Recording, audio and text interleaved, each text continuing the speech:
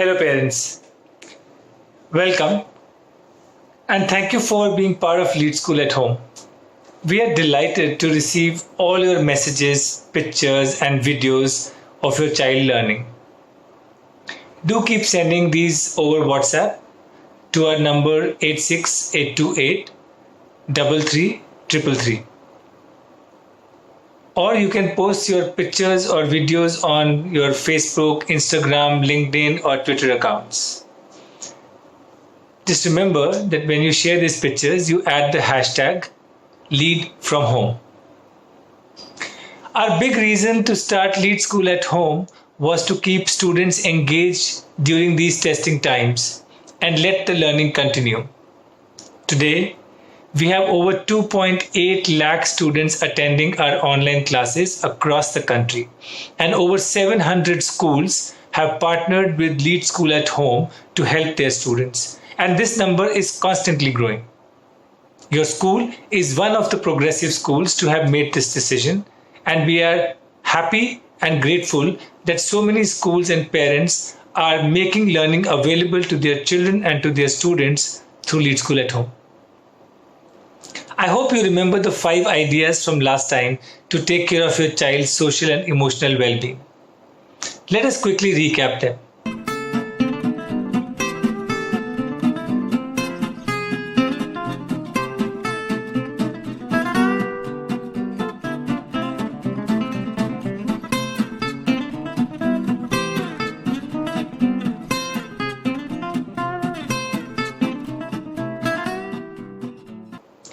Today, I wanted to cover 2 topics with you. First, I wanted to share some games and activities that you can play during family game time with your children. And second, I wanted to share some background on how learning happens and how is learning designed at Lead School so that you can appreciate the classes that your child is attending. So let's take the first one. See, games are a great way for bonding and can also be great for learning. So here are some ideas of the games that you can play with your children during family game time.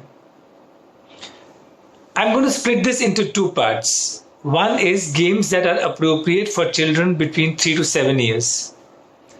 Children between 3 to 7 years are more inclined to play games which involve a physical activity. So the first one is pass the ball. This is a very simple activity, but it has a lot of hidden benefits. So it improves your child's gross motor skills. Gross motor skills means big muscles growth, and it develops confidence. The child realizes that someone is going to respond to their action, and this also builds a sense of trust. So you can either stand in a circle and throw the ball to each other, or if it is just the 2 of you, you throw the ball to your child and have the child throw the ball back at you. And you can play it for some time. The second one is find the hidden object. In this, you could actually take 2 or 3 familiar objects for your child and hide them in places that the child doesn't know. And then you give your child a challenge that he or he has to find these objects in a given period of time. So now the child has to develop an eye for detail. They have to observe carefully, and this will help them also become inquisitive. So they'll go searching, they'll find they'll find the object, and when the child brings the object back to you, you can applaud them. The third game is identify the sound. Here, you can actually either make them hear different sounds and noises from your mobile phone. So these could be sounds and noises of different animals, or you could actually make some noises and have the child guess. The idea is if the child has her eyes closed and they are listening to sounds, can they identify the sounds? This way they are able to build their auditory skills. And the last one is kitchen drumming. Here you could take like 2 or 3 plastic buckets or bowls and a couple of spoons, and you could jam. You could make your child and you make some music. And this is completely uninhibited. You don't have to follow like a particular song, but making rhythms or making patterns of sounds is actually very good for the child's numeracy skills. You could play any of these games either every day or at regular intervals. And when you are playing the game, always follow your child's cue. Don't insist that we have to play all 4 games. No. But if you find that your child is showing interest in one of the few, do more of that.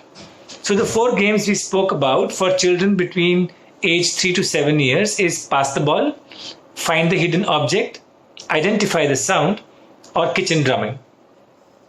Now I will share some games that you can play for children who are 8 years and above. I mentioned these games last time, but I thought maybe I'll have to describe them a little bit so that you understand. So the first game is dumb charades. The idea of dumb charades is if I act, the other person has to guess. So this is a guessing game.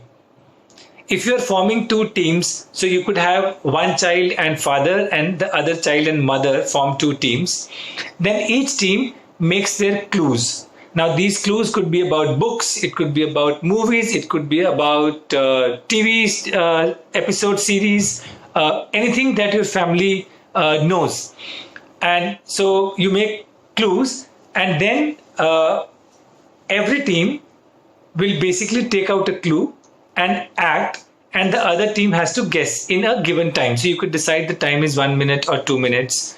And the rule is that when you are acting, you can't speak. And the other person has to guess. So I'll give you an example. Let's say,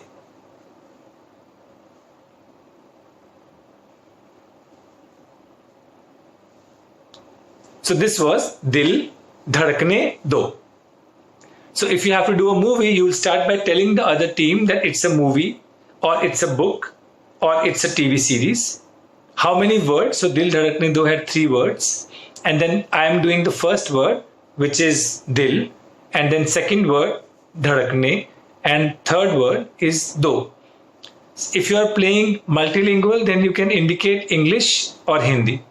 So as you start playing, you will actually create your own symbols and gestures. And it's a very good game to not only bond, but for children to think. So their critical thinking skills improve because they have to look at some words and think of how they should act so that the other team can actually guess. So dumb charades is the first game. Second game that you can play is Pictionary. Now Pictionary is very similar to dumb charades, but instead of acting, you have to draw. Again, you can't talk. So whether you are showing books or movies or people or even places, you have to draw. And in drawing, instead of indicating that there are 3 words, you will just draw that many dashes. So if there are 2 words, you will draw 2 dashes and then indicate against which dash you are drawing. And as one team's person is drawing, the other person has to guess. And if they're able to guess, then they get points. You could actually look up YouTube for how to play dumb charades and how to play Pictionary. They are fairly simple games, but a lot of fun. The third game that you can play for children above 8 years is Atlas. Atlas is very similar to Antakshari, but instead of playing songs, you are basically doing places. So let's say I start with A. So I say Amritsar. Now Amritsar ends with R. So the other team has to think of a place that starts with R. So they can say Rajasthan. Now Rajasthan ends with N. So back you have to start with N. So you say Nellore. Now Nellore ends with E. So back they have to say a place with E. So they could say England. Now you can see that this actually improves general knowledge because you have to think of places, and you will see that in the first round, if you don't get it, then tomorrow or day after, before that game, children will look up different places. So it's a great game, and great learning for children to play Atlas, not with places. The last game I wanted to share for children above 8 years is what we call name, place, animal, thing. So here, you could ask one person to start saying the alphabet aloud. So let's say A, B, C, D, E, F, G, H, and the other person says stop. So I'm saying A, B, C, D, E, F, G, H, stop. So I stop at H. Now with H, both teams have to think of a name, a place, an animal, and a thing that begins with H. You could either have people write name, place, animal, thing with H, or you could go in rounds, say first round is name. So I say Heminder. and you say Hari. Place, I say Haryana and you say Himachal Pradesh. Animal, I say horse and you say hen. Thing, I say handkerchief and you say house. Right? So with the same alphabet, you've done name, place, animal, and thing. So you could either write and then compare, or you could go in rounds. If you are able to, if you're not able to do, you lose a point. And the person, after doing different alphabets, the person who has lost most points loses, and the other person wins. This is actually a great game for vocabulary building, and it's a lot of fun. So for children who are 8 years and above, I shared with you 4 games: dumb charades, Pictionary, Atlas, and name, place, animal, thing. I hope these games will really improve the quality of your family game time, and not only will you have a lot of fun, but your children are going to learn a lot in the process. So use the lockdown period to make meaningful use of time by playing these games during family game time. So that was the first thing I wanted to share. The second thing I wanted to share was how learning is designed at Lead, so that you can appreciate what your child is attending and learning at Lead School at Home. At Lead School at Home, your children are learning, if they are in primary, they are learning 3 subjects, and if they are in middle, they are learning 4 subjects. And each of these subjects is designed very careful with very strong curriculum and pedagogy. So let's take ELGA. ELGA is an English program which a lot of children are attending. And ELGA has 5 components. And the reason why we have designed 5 components is because we realize that in India, when a child goes to an English medium school, we don't talk in English at home. So children don't have the ability to think in English. They read in English and they translate. Or they think in Hindi or Telugu and Tamil and they translate back to English. So when you translate, your expression is not natural. And if you're learning in an English medium school, it's important that you start to build the ability to think in English and express, and read in English and understand. For that, we have to break English into its components, which is phonics, whole words, reading and listening comprehension, grammar, and writing and speaking expression. No other programs actually breaks down English to such granular level, and it is great that your child is learning English the way some of the best schools teach English to non-English speakers. You might have seen that the first few classes in ELGA were only phonics.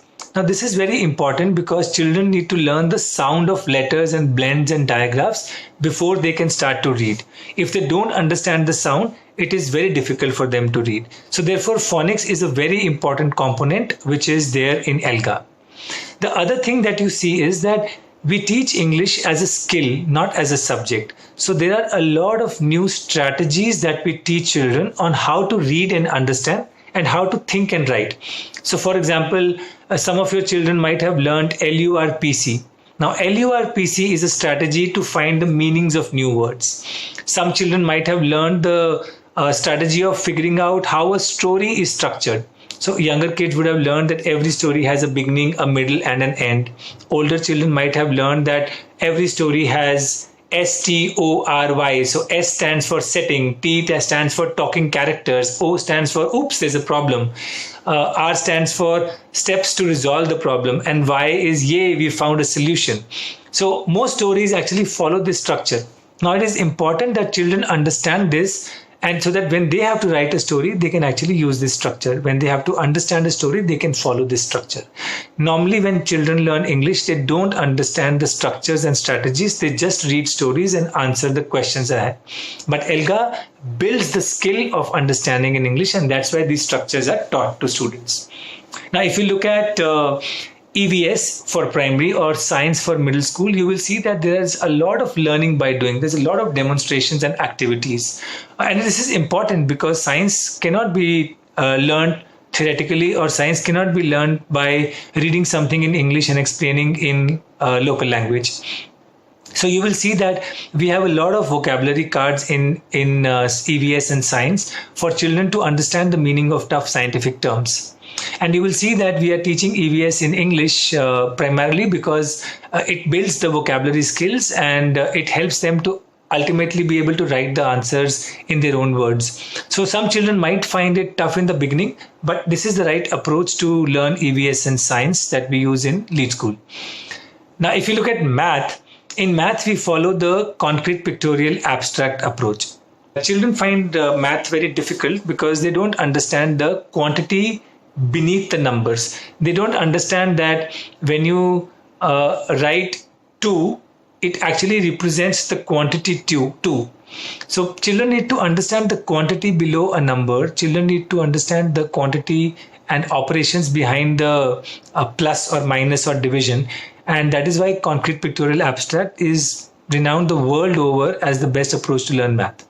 You will also see that we teach children strategies to solve word problems. Because if children's English is weak, they struggle sometimes to solve word problems. So we give them the strategy to be able to understand the word problem, figure out what is the operation to be done, and then solve it.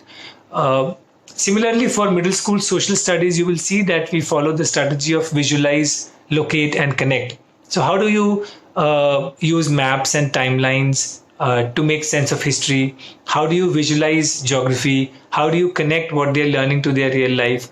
So there's a lot of thought that is put behind the curriculum of English, EVS, science, math, SST, and your children are learning through all these great pedagogies and curriculums, and I'm sure their learning would actually just go to another level because of Lead School at Home. We've also included quizzes periodically that students can take, so that we are not only us, but you are also able to check how much the child is learning. And if there is any doubt, they can always reach out to their local school teacher. They'll always be ready to help.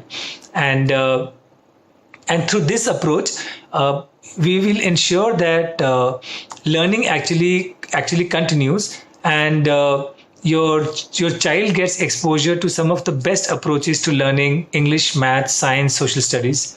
So we hope that you use the ideas I've shared in today's video, both the games during family game time, and you understand the design of learning at Lead School, so that you can appreciate what your child is learning and maybe help your child when she comes to you with some doubts. I hope this video was helpful.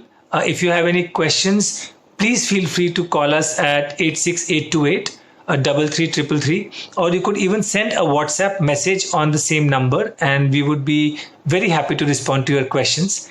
And I hope your children have great classes ahead. Thank you, and all the best.